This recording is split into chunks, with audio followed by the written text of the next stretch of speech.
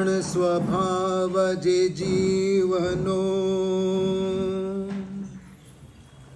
સ્વપર પ્રકાશક તેહ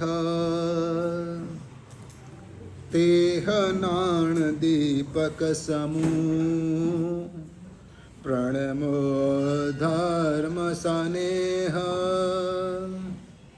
પ્રણમો ધર્મ સનેહ. કોઈ માણસ અહીંયાથી એટલે કે આ દેશમાંથી પોતાના જરૂર પ્રમાણેના અને સામા દેશની પરમિશન પ્રમાણેના ડોલર કે કોઈ પણ એનું જે નાણું હોય એ લઈને જાય અને સંજોગ વસાત એવું બને કે એરોડ્રોમની બહાર નીકળે અને ત્યાં જ એ લૂંટાઈ જાય તો એ શું કરે? હતા એટલા ડોલર લૂંટાઈ ગયા, જે પણ નાણું હતું તે બધું લૂંટાઈ ગયું અને સાથે સાથે જે પણ હતું બધું લૂંટાઈ ગયું, કાંઈ રહ્યું નહીં. તો હવે એ શું કરે? તો એની પાસે એક જ રસ્તો છે.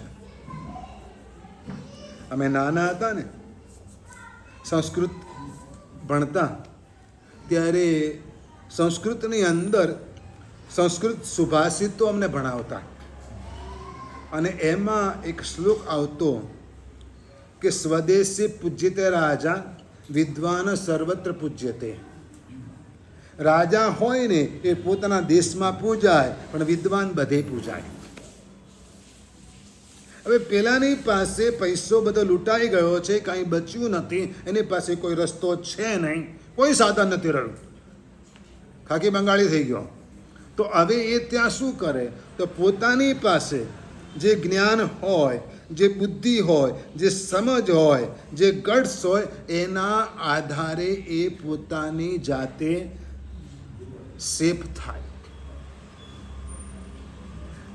કંઈક ને કંઈક એ રળી લે, કંઈક ને કંઈક એ ભેગું કરી લે, કંઈક ને કંઈક રીતે એ મેળવી લે.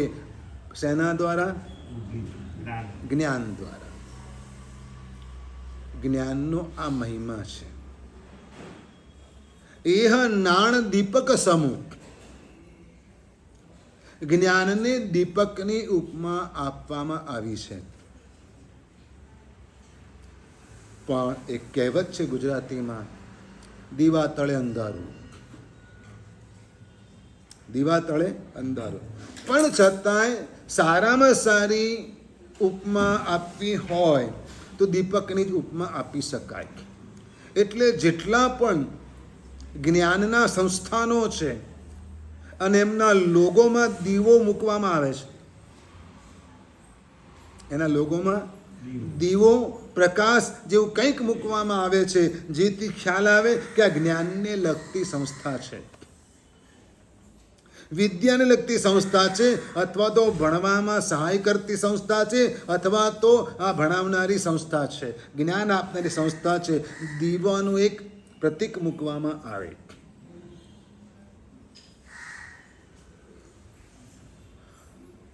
દીવો લઈને ક્યાંય પણ જાઓ તો તકલીફ નહીં થાય.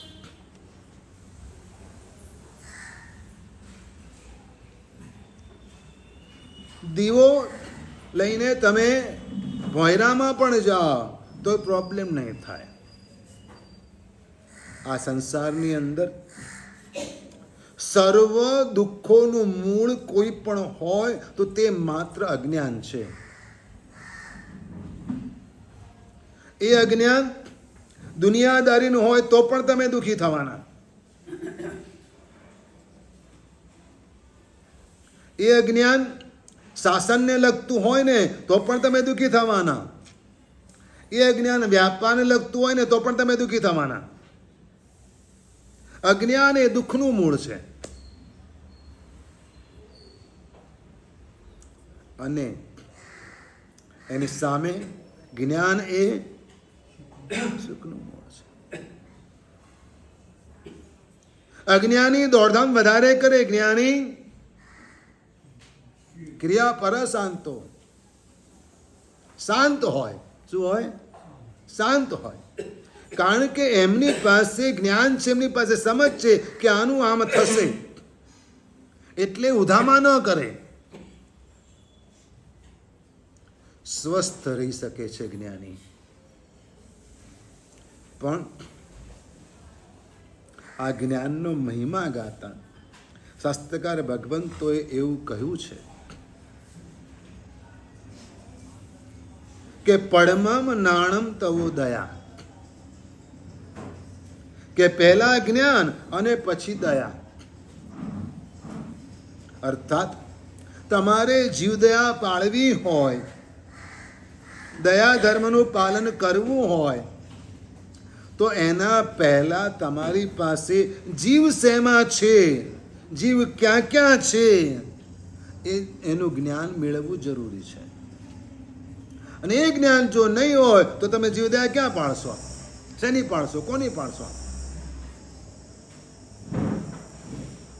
પૃથ્વી, પાણી, અગ્નિ, વાયુ, વનસ્પતિ, આમાં પણ જીવ છે. એનું જો જીવ વિચાર દ્વારા જ્ઞાન નહીં મેળવી હોય, જૈન બાયોલોજીનો સ્ટડી નહીં કર્યો હોય તો શું થશે? તો તમે જીવદયા કઈ રીતે પાડી શકશો? એટલે પડમમ નાણમ તવો દયા. ગઈકાલે સમ્યક દર્શન પદની વાત કરી. સમ્યક દર્શન એના માટે પણ કહ્યું શ્રદ્ધાઓ પરમ દુર્લભ. આ શ્રદ્ધા જાગવી પણ પરમ દુર્લભ છે. શ્રદ્ધાઓ પરમ દુર્લભ. પણ શ્રદ્ધા કદાચ જાગી પણ જાય, શ્રદ્ધા જાગી પણ જાય, પરંતુ ટકાવી બહુ દુર્લભ છે.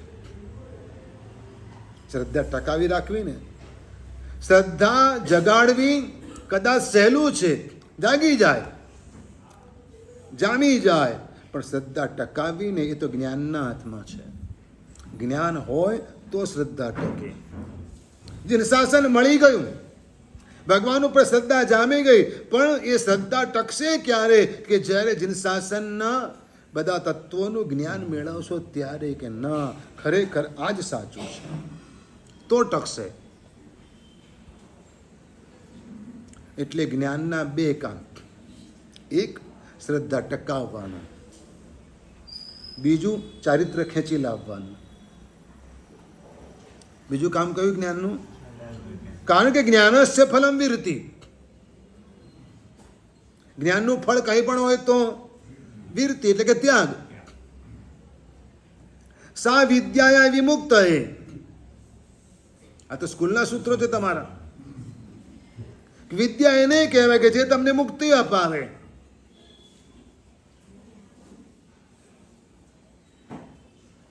જ્ઞાનનો આ મહિમા છે. એ દર્શન ટકાવી રાખે, એટલે કે શ્રદ્ધા ટકાવી રાખે અને ચારિત્ર ખેંચી લાવે. એ કામ જ્ઞાન કરે છે. સમ્યક જ્ઞાન, સમ્યક દર્શન, સમ્યક ચારિત્ર આ મોક્ષનો માર્ગ છે. હા, મોક્ષનો માર્ગ છે. અને બહુ સરળતાથી આ બાબતોને આપણે સમજવા પ્રયત્ન કરવો જોઈએ. સમ્યક દર્શન ભવિષ્યમાં શ્રદ્ધા રાખવાનું કહે છે.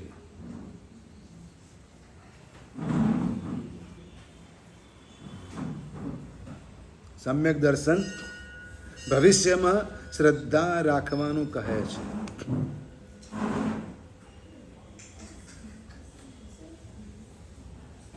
સમ્યક ચારિત્ર વર્તમાનમાં જીવવાનું કહે છે. સમ્યક જ્ઞાન ભૂતકાળમાંથી બોધ લેવાનું કહે છે.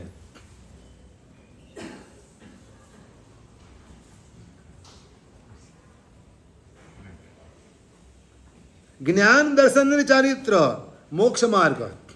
સમ્યક જ્ઞાન, દર્શન અને ચારિત્ર એ મોક્ષનો માર્ગ છે. પણ માણસ આગળ ક્યારે વધી શકે?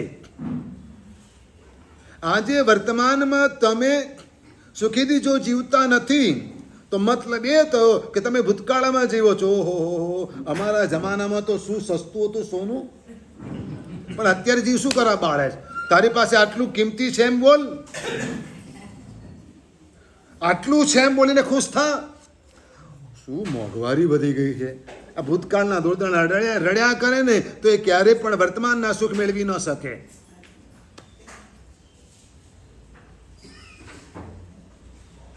ભૂતકાળમાંથી બોધ લેવાનો, વર્તમાનમાં જીવવાનું અને ભવિષ્યમાં શ્રદ્ધા રાખવાની કે જે થશે તે જોયું જશે, અને તો સુખેથી વર્તમાનમાં જીવી શકાય. સમ્યક દર્શન એ આદર્શ છે. સમ્યક દર્શન એ આદર્શ છે કે ઉત્કૃષ્ટમાં ઉત્કૃષ્ટ તત્વ કોઈ પણ હોય આ સંસારથી તારનારું તો ભગવાન ઉપરની શ્રદ્ધા છે. અને બીજા અર્થમાં આત્માની અનુભૂતિ છે. સમ્યક દર્શન એટલે આત્માની અનુભૂતિ. સમ્યક દર્શન એટલે આત્માને કેન્દ્રમાં રાખીને જીવવાની પદ્ધતિ, લાઈફ સ્ટાઈલ. દુનિયામાં મોટે ભાગે લોકો શરીરને કેન્દ્રમાં રાખીને જીવે છે. સામાયિક કરવું છે તો શરીરને અનુકૂળતા હોય તો જ કરવું છે. આયમિલ કરવું છે પણ રવિવાર હોય તો જ કરવું છે. આઠમ હોય તો જ કરવું છે, 14 હોય તો જ કરવું છે. કેમ? શરીરને કેન્દ્રમાં રાખીને કરો છો કે તબિયત સારી છે તો આમેલ થાય, નહીં તો નહીં થાય. કેન્દ્રમાં શું આવ્યું? શરીર કે આત્મા? સામાયિક કરવું છે પણ અત્યારે મજા નથી એમ કરીને રવિવારે ને તોય છોડી મૂકે, ના કરે. શરીરને કેન્દ્રમાં રાખીને થઈ રહ્યું છે બધું. ધર્મ પણ શરીરને કેન્દ્રમાં રાખીને થઈ રહ્યો છે. તો મતલબ આ સમ્યક આત્માનો નિશ્ચયનો વ્યવહાર નથી. નિશ્ચયથી સમ્યક આત્માનો વ્યવહાર કેવો હોય? તો એ આત્માને કેન્દ્રમાં રાખીને જીવે. કંઈ પણ પ્રવૃત્તિ કરે આત્માને કેન્દ્રમાં રાખીને કરે. વ્યાપાર કરે તો પણ તમે ધર્મ અને વ્યાપારને જુદો પાડ્યો છે એટલે બહુ મોટી ભૂલ થઈ રહી છે. ગોથા ખાઈ રહ્યા છો. પુણ્યા શ્રાવકે ધર્મ અને વ્યાપાર બે સાથે રાખ્યા હતા. જોઈન્ટ રાખેલા, બે જુદા હોય જ નહીં, શક્ય જ નથી. બહુ અઘરું છે. સમ્યક જ્ઞાન એ ભૂતકાળમાંથી બોધ લેતા શીખવાડે. સમ્યક દર્શન છે ને એ આદર્શ છે, અને સમ્યક જ્ઞાન એ ઉપદેશ છે, અને સમ્યક ચારિત્ર એ આલંબન છે. સમ્યક ચારિત્ર એ આલંબન છે. એના આધારે તરી જવાનું છે. આલંબન એટલે આધાર, એના આધારે તરવાનું છે. સમ્યક દર્શન એ શાંતિનું અક્ષય પાત્ર છે. જેને ભગવાન ઉપર શ્રદ્ધા હોય ને એ શાંતિથી રહે. કેમ? જે કરશે એ કરશે. જે ગમે જગત ગુરુ દેવ જગદીશને તે તણો ખર કરો શું કરો. ઘરવાળી ગઈ તો કે ભલું થયું, ભાગી જંજાળ ચૂકે બધી સુધરી ગોપાલ. આ બીજે દાડે ઘરડા થઈ જાય. આજના જમાનામાં ઘરવાળી જાય, બીજે દાડે ઘરડો થઈ જાય. પણ નરસિંહ મહેતો શું કે? હા, ભલું થયું, ભાગી જંજાળ ચૂકે બધી સુધરી ગોપાલ.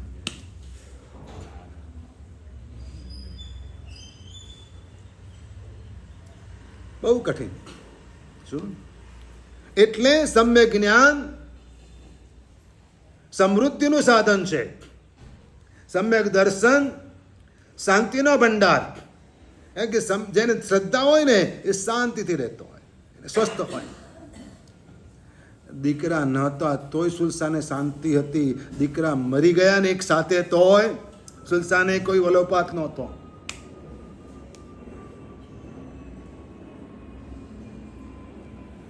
સમ્યક દર્શન શાંતિનો અક્ષય પાત્ર કહેવાય, સમ્યક જ્ઞાન સમૃદ્ધિનો અક્ષય પાત્ર કહેવાય.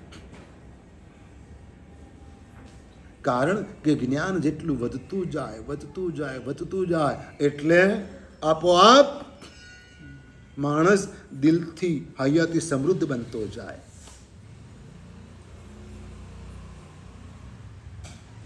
અને સમ્યક ચારિત્ર એ શક્તિનું અક્ષય પાત્ર છે. શેનું અક્ષય પાત્ર છે? શક્તિનું અક્ષય પાત્ર છે. સમ્યક જ્ઞાનથી શરીરનો ઉર્ધ્વ ભાગ શુદ્ધ થાય છે, પવિત્ર બને છે. સમ્યક દર્શનથી શરીરનો મધ્ય ભાગ પવિત્ર બને છે. અને સમ્યક ચારિત્રથી શરીરનો અધોભાગ પવિત્ર રહે છે.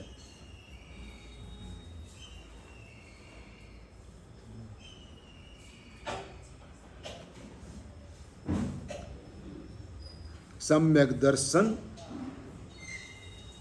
એટલે વફાદારી. સમ્યક દર્શન એટલે વફાદારી. કોના પ્રત્યે? શાસન પ્રત્યે. સમ્યક જ્ઞાન એટલે સમજદારી.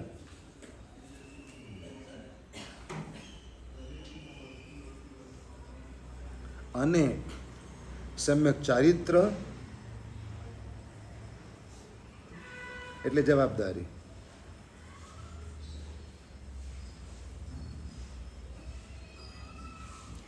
અને સમ્યક તપ એટલે બહાદુરી. આ દિવાળીમાં છઠ કરું કે જેવું તેવું કામ છે કે ઘૂઘરા ખાવાના હોય? સમ્યક તપ એટલે બહાદુરી. સરળમાં સરળ શબ્દોથી ઊંચામાં ઊંચા તત્વોની સમજણ મળી જાય.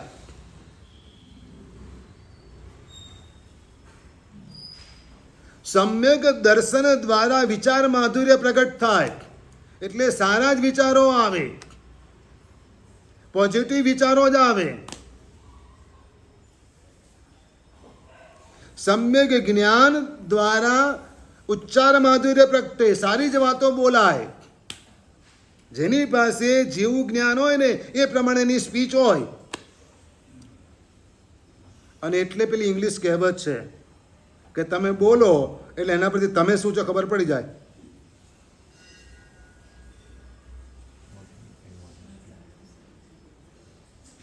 તમારી સ્પીચ ઉપરથી તમારું કરેક્ટર સમજાઈ જાય, ખ્યાલ આવી જાય કે તમે કેટલામાં છો.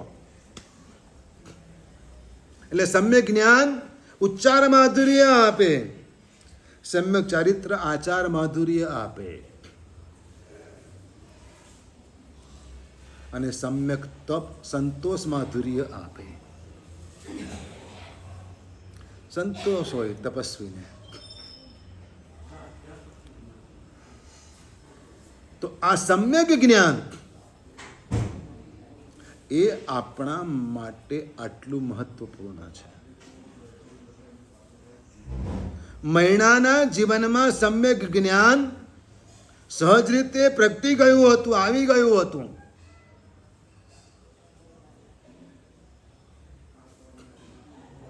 અને એટલે આ સમ્યક જ્ઞાને મૈણાને આ લેવલ પર લાવીને મૂકી કે એની કથા આજે પણ આટલા વર્ષે તમે સાંભળો છો.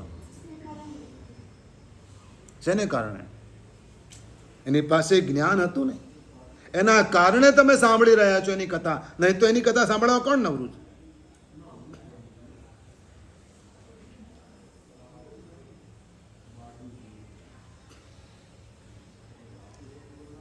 જ્ઞાની ભગવંતો. બારણું બંધ કરો.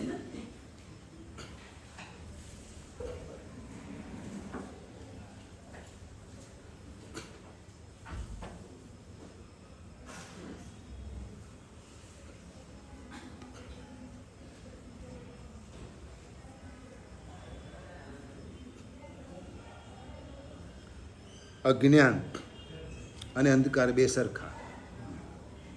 અજ્ઞાન અને અંધકાર બે સરખા. અંધકાર હોય એટલે કેટલાક લોકોને ખોટું કામ કરવાનું મન થાય. અંધકાર હોય તો ચોર ખોટા કામ કરવાવાળા અંધારું પહેલાં શોધે. શું કરે? એમ અજ્ઞાન હોય ને તો પણ પાપ વધે. જીવનમાં જેટલું અજ્ઞાન વધારે હોય ને એટલું પાપ વધારે થાય. એટલે જ્ઞાન એ આત્માનો ગુણ છે, એ પ્રગટ કરવા માટે પુરુષાર્થ કરવાનો આજનો દિવસ છે. પણ જ્ઞાન મહેનત કરવાથી જ મળે એવો કોઈ નિયમ નથી. ગાથા ગોખવાથી જ જ્ઞાન વધે એવો કોઈ નિયમ નથી. પણ સાથે સાથે ગાથા આપનાર પ્રત્યે બહુમાન ભાવ હોય ને તો જ્ઞાન જલ્દી વધે.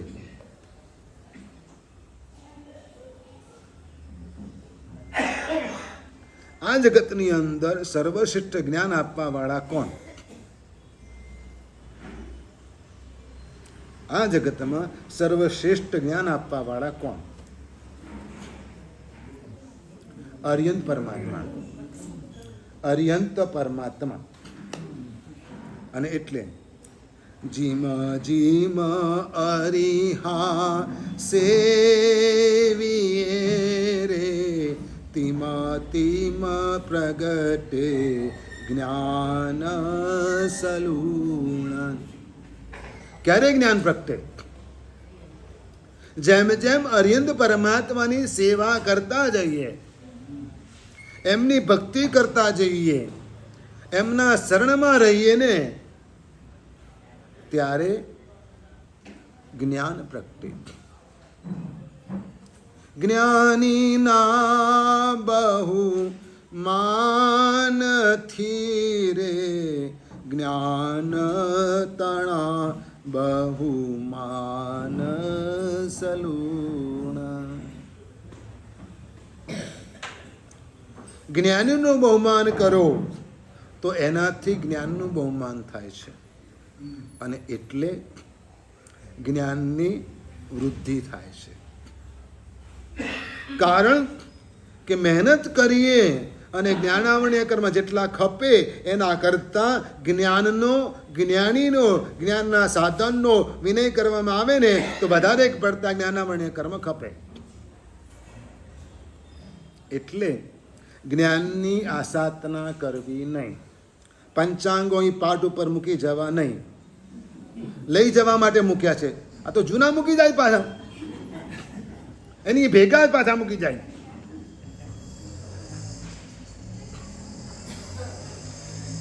તમે વિચાર તો કરો. મેં વીણીને જૂના જુદા કાઢ્યા. મેં કીધું આ પંચાંગ ક્યાંથી આવ્યા? વિચાર તો કરો. અને એટલે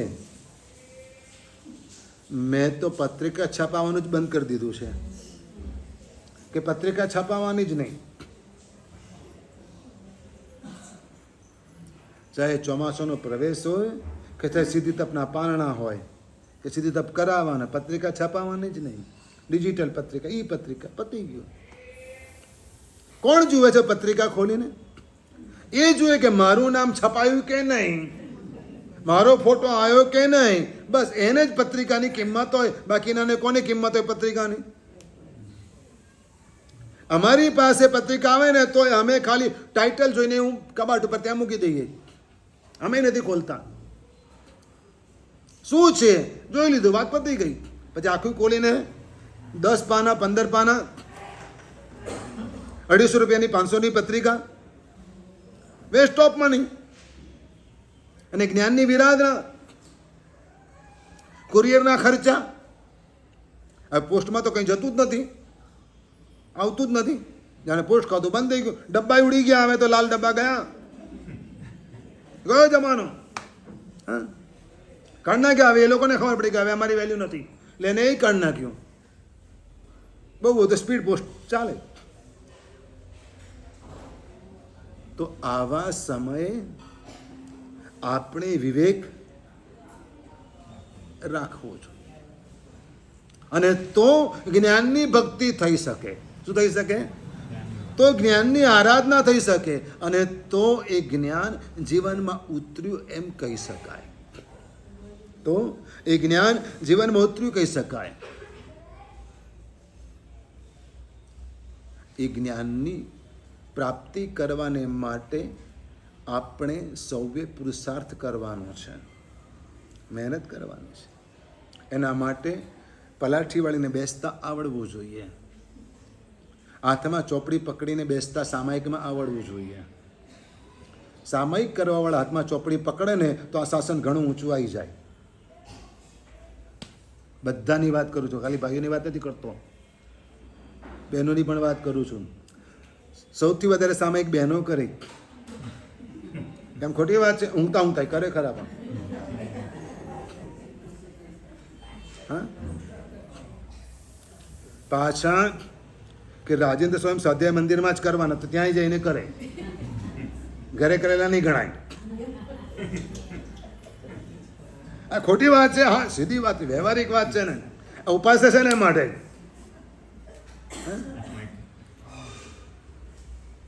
એ જ ગણાશે. એ બધું ધ્યાન રાખવું પડે મારે. હા, એટલે જેટલા પણ ભાઈઓ બહેનો સામાયિક કરે છે એટલા જો આજે નક્કી કરે કે અમે સામાયિકમાં 10 મિનિટ ચોપડી ખોલીને બેસીશું, તો પણ આ શાસન ઘણું ઊંચું આવી જાય. મેં દીક્ષા લીધી 15 વર્ષની ઉંમરે, સમજો, બરાબર છે. અને ગુરુ મહારાજ આખો દિવસ એમ જ કે ગાથા કરને પણ. શું કે? ગાથા કરને પણ. એટલે સવારે ઉઠીએ ત્યારથી શું કરવાનું? ચોપડી ખોલીને બેસવાનું. વચ્ચે વચ્ચે દેરાસર જવાનું, નૌકાણસી આવશ્યક ક્રિયા બધું આવે, પણ બાકી આખો દિવસ બપોરે પણ કે ગાથા કરને પણ. એકવાર સાહેબને કીધું, ગુરુ મહારાજ બહુ કંટાળો આવે છે, આખો દિવસ શું ચોપડીને બેસી રહેવાનું? મને કે ભલે કંટાળો, ચોપડીમાં મોઢું ગાલીને બેસી રહે. કે શું કે? ચોપડીમાં મોઢું ગાલીને બેસી રહે. હવે છૂટકો નહીં, બીજો કે રસ્તોય નહીં. એટલે હવે મોઢું ગાલીને બેસી રહ્યો તો હાલત શું થાય? આખરે તો કંઈક તો વાંચવાના જ છો ને, ક્યાં જવાના? આખરે તો તમે વાંચશો જ ને. એક લીટી કંઈક તો ઉપરની, નીચેની, આગળની, પાછળની પાના ફેરવશો તો પણ કરશો શું? બોલો. મોઢું ગાલીને બેસી જ રહેવાનું છે, ઊંચું જોવાનું નથી. કંડિશન જ ઊભા નથી થવાનું, વગર જરૂર ઊભા નથી. કેમ ઊભો થયો? શું છે? તરત સવાલ આવે, જવાબ આવે. બહાના કેટલા હોય તમારી પાસે? સ્કૂલમાં હોય, અહીંયા હોય, અહીં કેટલા બહાના કાઢે? સ્કૂલમાં ઘણા બહાના નીકળે, અહીં તો કોઈ બહાના નહીં. હા, ભાગ્યશાળી આ ધીરજ જોઈએ. એક ભૂલ કરી દીધી ને, ઘણું ગુમાવી દીધું. કોને? સ્થૂલભદ્રજીએ. એક જ ભૂલ કે જે જ્ઞાનની સાથે શ્રદ્ધા ન હોય એ જ્ઞાન અહંકાર ઉભો કરે છે. જે જ્ઞાનની સાથે સમર્પણ ભાવના હોય એ જ્ઞાન અહંકાર ઉભો કરે છે. અને એ અહંકાર પતન લાવે એવી પૂરી શક્યતા છે.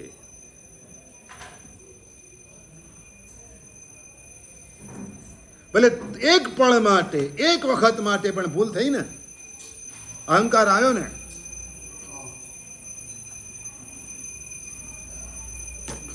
આખા સંઘને નુકસાન થયું. આખા સંઘને નુકસાન થયું. પૂર્વનું જ્ઞાન ગયું, ના મળ્યું. એક જ ભૂલ. બની ગયા સિંહ, બેહી ગયા. આમ જો આપણી તાકાત જો, આપણી શક્તિ જો. બહેનોની સામે વટ પાડવો હતો. કોની સામે? બેન સાધીઓની સામે આમ ઇમ્પ્રેસ કરવા હતા ને એમને. બની ગયા સિંહ, બનીને બેહી ગયા.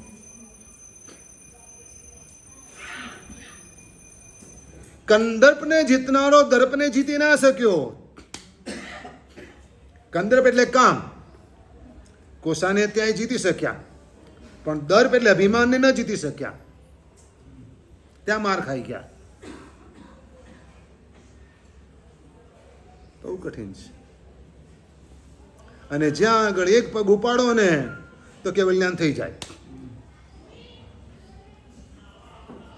શું કરવાનું? એક જ પગ ઉપાડવાનો. અને જ્યાં સુધી નહોતો પડે ત્યાં સુધી શું થયું? 1 વર્ષ ઊભા રહે ને એમને મળ્યું. સીધા અંદર આવી જાઓ ને. ત્યાં ક્યાં જાઓ? અંદર આવીને બેસી જાઓ. ચલો બેસો. બહાર રાહ જુઓ તો કંઈ નહીં થાય. ચલો બધા અંદર આવી જાઓ. આવી જાઓ, આગળ બેસી જાઓ, આગળ બેસો. ચલો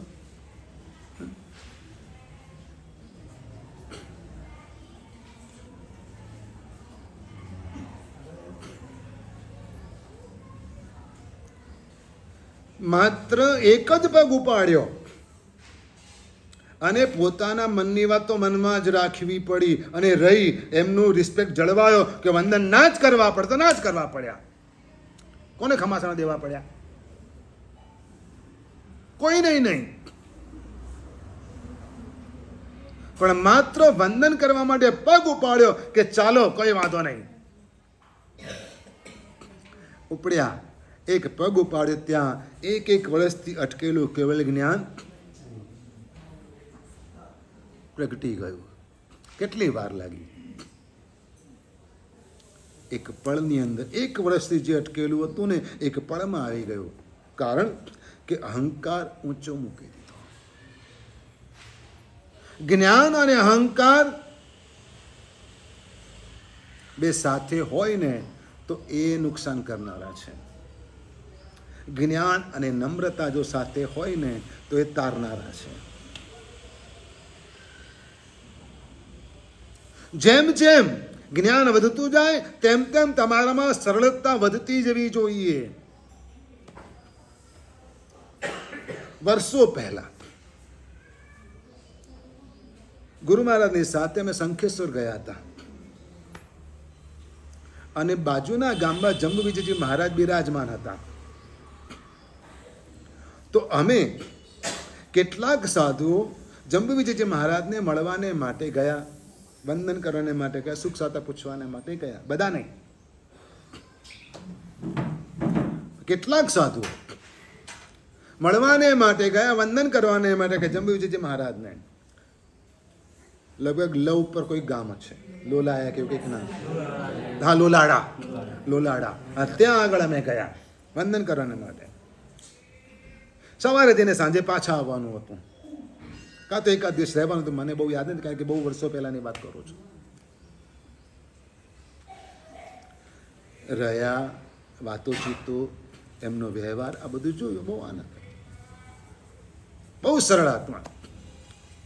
અમે બધા એમના કહેતા પર્યાયમાં નાના, જેટલા પણ ગયા હતા બધા દીક્ષા પર્યાયમાં નાના, એટલે એ મોટા થયા ને. સાંજે અમે વિહાર કર્યો ને તો પોતાના આસનેથી ઊભા થઈ ને અડધો કિલોમીટર સુધી અમારી સાથે આવ્યા. આ નમ્રતા, આ સરળતા, સામાને સન્માન આપે તે જ્ઞાની.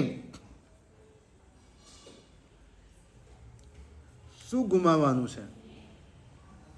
કશું જ નથી ગુમાવવાનું. એટલે જ્ઞાનની પ્રાપ્તિ કરવાને માટે આપણે આપણા આત્માને થોડો કેળવવો પડે. એની અસર હૈયા ઉપર થાય ને તો આત્મા ઉપર થાય તો જ એક કામ લાગે. એક પણ ગાથા થતી નહોતી ને તો પણ કેવળ જ્ઞાન મળી ગયું. અને 9 પૂર્વ ભણેલા હતા ને તો પણ નરકની ગોદમાં ગયા. કેમ આવું બન્યું? ગાથા એક કઈ નહોતી થતી, એક લીટી યાદ નહોતી રહેતી.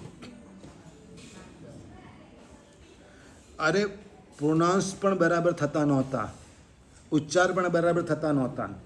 મારુસ, માતુસ આટલું પણ બરાબર બોલતા આવડતું, જીભ એમાંય પકડાતી હતી. અને એટલે માસ્તુસ કરતા હતા. માં રૂસ માં તુસ એમ બોલવાનું હતું. દ્રોણાચાર્યજીએ પાઠ આપ્યો હતો કૌરવો અને પાંડવોને. એક જ સૂત્ર આપ્યું હતું, ક્રોધમ મામ કરું ક્ષમામ કરું. ક્રોધ ના કરો, ક્ષમા કરો, એવો પાઠ આપ્યો હતો. અને બધા ફટાફટ ફટાફટ ફટાફટ બધા જ પાઠ આપવા આવી ગયા. થઈ ગયું થઈ ગયું થઈ ગયું થઈ ગયું થઈ ગયું. હજુ યુધિષ્ઠિર ના આવ્યો. ગુરુ મહારાજ સામેથી પૂછ્યું, એટલે આ કેમ થઈ ગયો પાઠ? સાહેબ નથી થયો. 2 વાર 3 વાર પૂછ્યું અને એક જ જવાબ, પાઠ થયો નથી. ગુરુ મહારાજને આવ્યો ગુસ્સો, ગુરુજીને આવ્યો ગુસ્સો, 1 લાફો ઠોકી દીધો.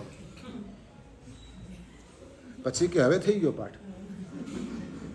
કેમ કે તમે મને લાફો માર્યો ને તોય મને ગુસ્સો ના આવ્યો.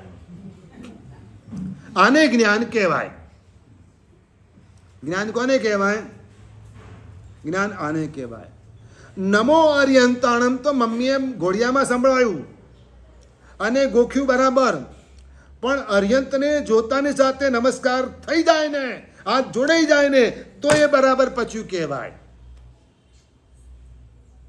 નમોલો એ સૌ સાવણ પણ એની ભેગું શીખ્યા હતા, પણ રસ્તામાં જતા વિહાર કરતા હોય, ક્યાંકથી ક્યાંક અમદાવાદમાં જતા આવતા હોય, હા, અને તમે બાઇક ઉપર કે કારમાં જતા હો, ભલે તમારા હાથ સ્ટીયરિંગ ઉપર હોય, હા, પણ માથું જો નમી જાય ને તો એ નમો લે સવો સાણમ સપાળ. ક્યારે થાય? ક્યારેક નવરંગપુરા ગયા હો, મીઠાકળી ગયા હો, અને કદાચ તમારા કોઈક સગા સંબંધી બીમાર હોય, હોસ્પિટલ એડમિટ હોય, ને તમને ખબર પડે કઈ આગળ સાધુ સાધુજી ભગવાન એડમિટ છે, અને તે વખતે તમે જો વરાવવા માટે એનો લાભ લો તમારા ટિફિનમાંથી, તો નમો લે સવો સવણમ સક્સેસ. આજની તારીખમાં 19 સાધુજી ભગવાન તો એસજીજીમાં છે એડમિટ. કાંકો કે એમની વૈયાવચમાં હશે, પણ એટલા છે. સમજાય તમને કઈ? જ્ઞાન ક્યારે કહેવાય? આવું કંઈક જીવનમાં આવે ને તો એ જ્ઞાન કહેવાય. ઠપકો આપે ચંદન બાલાજી, અત્યારે મને કેમ જગાડી? મૃગાવતીજીને કહે છે પોતાની પટ્ટ શિષ્યાને, ઠપકો આપે છે રાત્રે, અત્યારે મને કેમ જગાડી? ગુરુજી કે આપની પાસેથી સાપ પસાર થતો હતો ને એટલે જરા આપનો હાથ મેં ઉપાડ્યો. ચંદન બાલાજી વિચાર કરે કે અંધારામાં એને ક્યાંથી ખબર પડી? તને ક્યાંથી ખબર પડી કે અત્યારે અંધી સાપ જાય છે? ઉપાસમાં ભયંકર અંધારું. જ્ઞાનથી. ક્યાંથી ખબર પડી? ચંદન બાલાજી પૂછે કયા જ્ઞાનથી? એવું તો કયું જ્ઞાન? પ્રતિપાતી કેવા પ્રતિપાતી? એટલે કે જતું રહે એવું કે ટકે એવું? તો કેવા પ્રતિપાતી? ક્યારેય ના જાય એવું હોય તો કેવળ જ્ઞાન. કેવળ જ્ઞાન પોતાને થઈ ગયેલું હતું ને છતાં પણ ગુરુનો ઠપકો સાંભળી લીધો, એને જ્ઞાન કહેવાય. જ્ઞાન એટલે શું?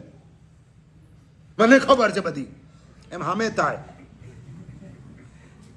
રહેવા દો, હું બધું જાણું છું.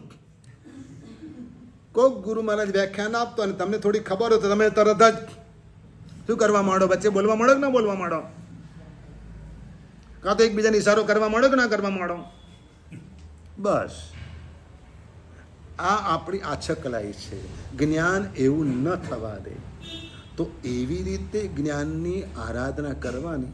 વિશેષ વાત તો આપણે થોડીક વાર પછી જો કરવા જેવી છે તો કરીશું. અત્યારે તમે તમારું કામ કરી લો. આવી આ વ્યાખ્યાન ચાલુ છે. આજે એક સરસ મજાનો પ્રસંગ આપણી પાસે થયો છે. આજથી 5 વર્ષ પૂર્વે પરમ પૂજ્ય આચાર્ય ભગવાન વિજય નંદી ગોસ્વામી મહારાજ સાહેબ અહીંયા બિરાજમાન હતા, અને એમણે એક એવો વિચાર આવ્યો કે આપણે બેન્ડ મંડળની સ્થાપના કરીએ, કારણ કે સંઘમાં બેન્ડની વારંવાર જરૂર પડતી હોય છે અને આપણે બહારથી બેન્ડ બોલાવતા હોઈએ છીએ. એ બેન્ડ સમયસર આવે ના આવે, ક્યારેક વહેલું મોડું થાય અને એ ઉપરાંત એના ચાર્જીસ બી ઘણા બધા હોય છે. તો એમ કે આવું એક મંડળ બનાવીએ આપણે કે જેથી કરીને સંઘનું પણ સંઘમાં જળવાઈ રહે અને ઝરણાપૂર્વકની આપણું બેન્ડ નીકળે. પેલા લોકો ગમે તે ધૂન વગાડતા હોય, ફિલ્મની ધૂન વગાડતા હોય અને આપણું મંડળ હોય તો બહુ સરસ મંડળ બની રહે.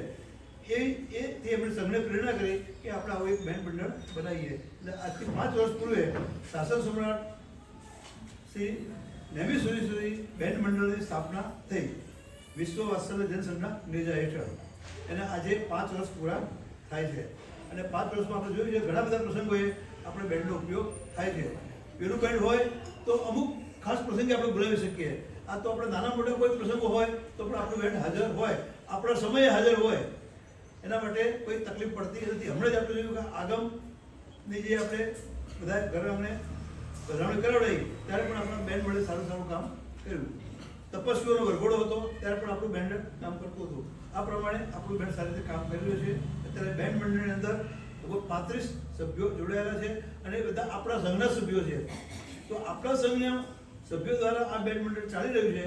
તો આજે 5 વર્ષ પૂરા થાય છે તો પરમ પૂજ્ય ગુરુ ભગવંતની મિશ્રામાં આ બેન્ડ મંડળનું બહુમાન કરવાનું આયોજન કરવામાં આવેલું છે. હવે 1 મિનિટ, એક વાત હું કહું. 5 વર્ષ થયા, દર વર્ષે 5 નવા મેમ્બર જોડાવા જોઈએ. દર વર્ષે નહીં તો સાંભળી લો, જો નવા મેમ્બરો જોડાશે નહીં તો વાઇન્ડ અપ થતા વાર નહીં લાગે. કારણ કે દરેક યંગ છે, દરેકને પોતાની જવાબદારી દિવસે દિવસે વધવાની જ છે. કોઈક ભણશે, કોઈક જોબ કરશે, કોઈક પરણી જશે તો ઘરવાળી આવવાની ના પાડશે. આવું બને. હા, એટલે દર વર્ષે 5 થી 10 નવા મેમ્બરો જોડવા જોઈએ. બીજું કે શીખવાડવામાં આવે એટલું જ શીખવું એવું નહીં, આપણે જાતે પણ નવું કંઈક કરી શકીએ છીએ. આજકાલ ગોરેગાંવ જવાહરનગરનું બેન્ડ, બોટાદનું બેન્ડ આ જ નામનું, કયા નામનું? શાસન સમ્રાટ નામનું જ. એ લોકો એમની રીતે ક્રિએટિવિટી લાવ્યા છે બેન્ડમાં અને 50 છોકરાઓ બેન્ડમાં જોડાય છે. કેટલા? હા, ક્રિએટિવિટી લાવ્યા છે. 1-2 માણસો બહારથી લાવવા પડે. એક રેકડી હોય, સાઉન્ડ સિસ્ટમ હોય અને બેન્જો વગાડવાવાળો હોય અને બાકીના બધા ઢોલ અને ડ્રમથી એવો સાથ પુરાવે કે આખા બેન્ડની રોનક બદલાઈ જાય. ઇવન દાંડિયા રમતા તો આવડે છે ને? નથી ગયા રમવા? નવરાત્રિમાં ગયા નહોતા? હા, પૂછી લઉં જરા. તો આ વસ્તુ બેન્ડમાં પણ ઇન્ક્લુડ કરી શકાય ક્યારેક. સમજી ગયા? તમે ડ્રમના દંડાથી પણ કરો તો છો ને થોડું થોડું, તો એવું તો એવી રીતે બીજા બધા હોય તો આવું કરી શકે. મારી ઈચ્છા એવી છે કે જો તમે આવી બધી બાબતો ધ્યાનમાં લેશો તો લાંબુ ચાલશે. શું થશે? એટલે લાંબુ ચાલે એવી ઈચ્છા છે, એટલા માટે હું તમને કહું છું. અને બીજું કે સંઘનો કોઈ પણ કોલ હોય, કમસે કમ 10 થી 15ની હાજરી હોવી જોઈએ. મેં તમારી ફૂલ સંખ્યા સીધી તપના વરઘોડામાં જ જોઈ. ક્યારે જોઈ? ત્યારે લાગ્યું કે ના બેન્ડ છે એવું. તે વખતે મને તો કે આ બેન્ડ છે એવું લાગ્યું. કેમ? કે તમારા ગુરુ આવવાના હતા એટલે. કેમ? એમના ગુરુ તો દોલતનગરવાળા બધા એમના ગુરુ હતા, એ શીખવાડવાવાળા હતા. હા, તો ભાગ્યશાળી હાજરી ગમે તેમ કરીને પણ આપવી જોઈએ. જો સંઘ તમારા માટે આટલું કરતો હોય, સંઘ એમ કહેતો હોય કે આપણું બેન્ડ છે એટલે બીજા કોઈને બોલાવવાનું નહીં, તો તમારી જવાબદારી વધી જાય. પછી અહીં જવું છે, ત્યાં જવું છે, ચાલુ દિવસ છે, રવિવાર છે, હા, નો એક્સક્યુઝ. પ્રેફરન્સ, પ્રાયોરિટી ક્યાં હોવી જોઈએ? રવિવારે પણ જો તમે ના આવી શકો તો પછી ચાલુ દિવસ તમારે માની લીધો, ચલો. પણ બધાને એક જ સાથે એક જ જગ્યાએ સ્કૂલ કે જોબ કોલેજ નથી હોતી ને. કોકની 8 વાગે હોય, કોકની 9 વાગે હોય, કોકની 10 વાગે પણ હોય. તો કોક તો આવી શકે ને, પણ તું નથી આવતો એટલે હું નથી આવતો. આ મેન્ટાલિટી કાઢી નાખજો. પેલો નથી તો હું નથી આવતો, હવે મજા નહીં આવે. કેમ નહીં? આવું બધું તમારા મનમાં છે એની મને ખબર છે,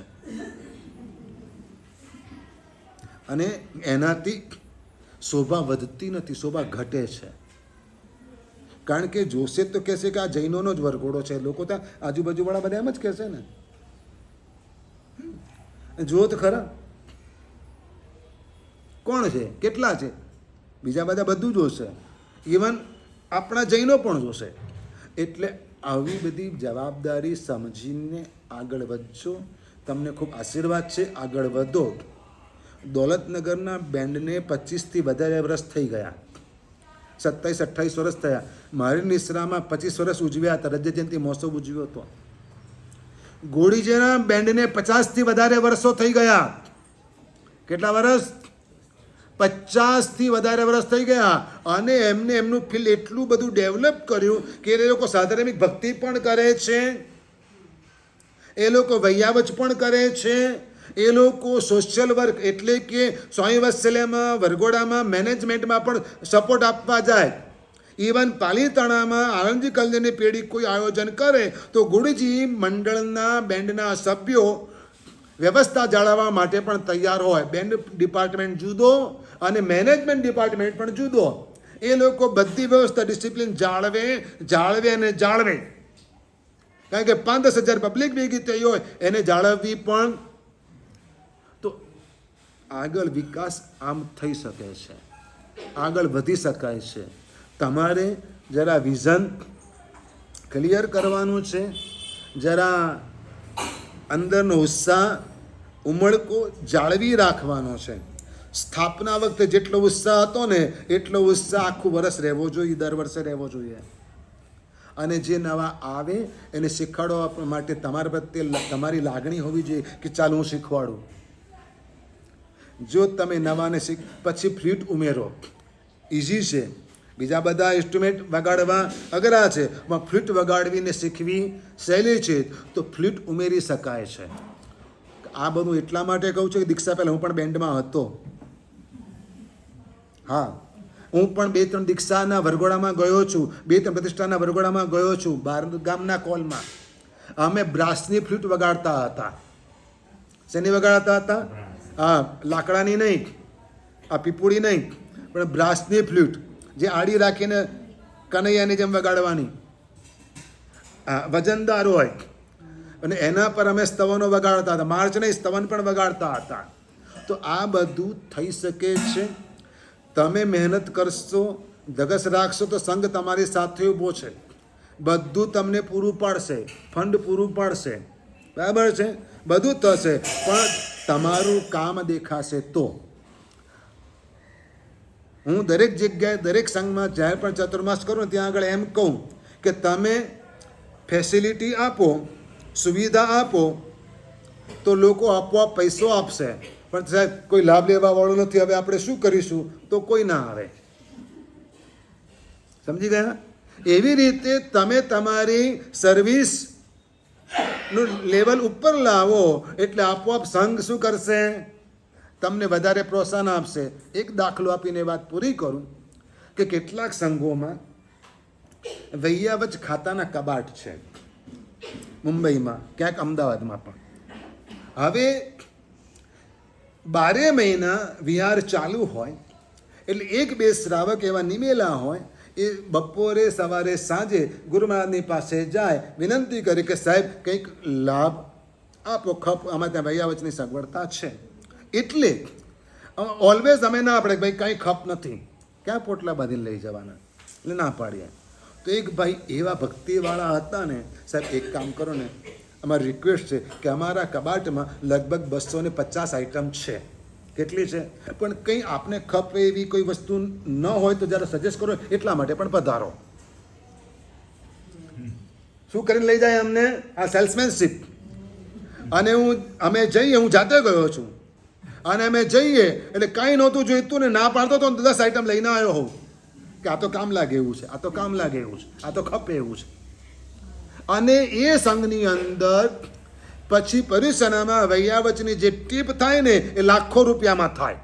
કેમ? તો કે અહીંયા આગળ વૈયાવચ ખાતું જાગતું છે, લાભ મળે છે. અને પછી આગળ વધીને એ જ વૈયાવચ ખાતું વ્હીલચેરના ખર્ચા પણ આપે, ઓપરેશનના ખર્ચા પણ આપે, દવાઓ પણ વરાવે, બધું જ કરે. સંઘ એટલું પૂરું પાડે. કોણ પૂરું પાડે? બધી જવાબદારી ટ્રસ્ટીઓની નથી હોતી, બીજા બધાની પણ હોય છે. એટલે તમે જો આ જેટલો તમારો પરફોર્મન્સ વધારશો એટલું તમારા માટે અને સંઘને માટે શું થશે? શોભા વધારનારું બનશે. અને એવી મારી આ ઈચ્છા છે કે તમે આ રીતે આગળ વધો ને એવા આશીર્વાદ છે. દર્શનભાઈ એક જણને નામ સાથે ઉભા કરો.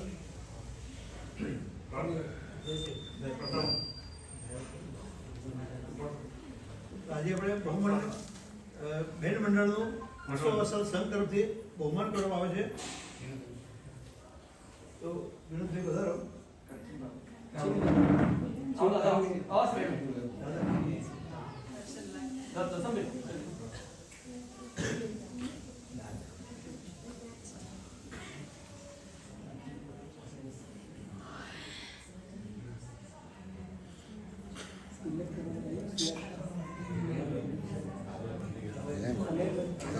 તને કહું તો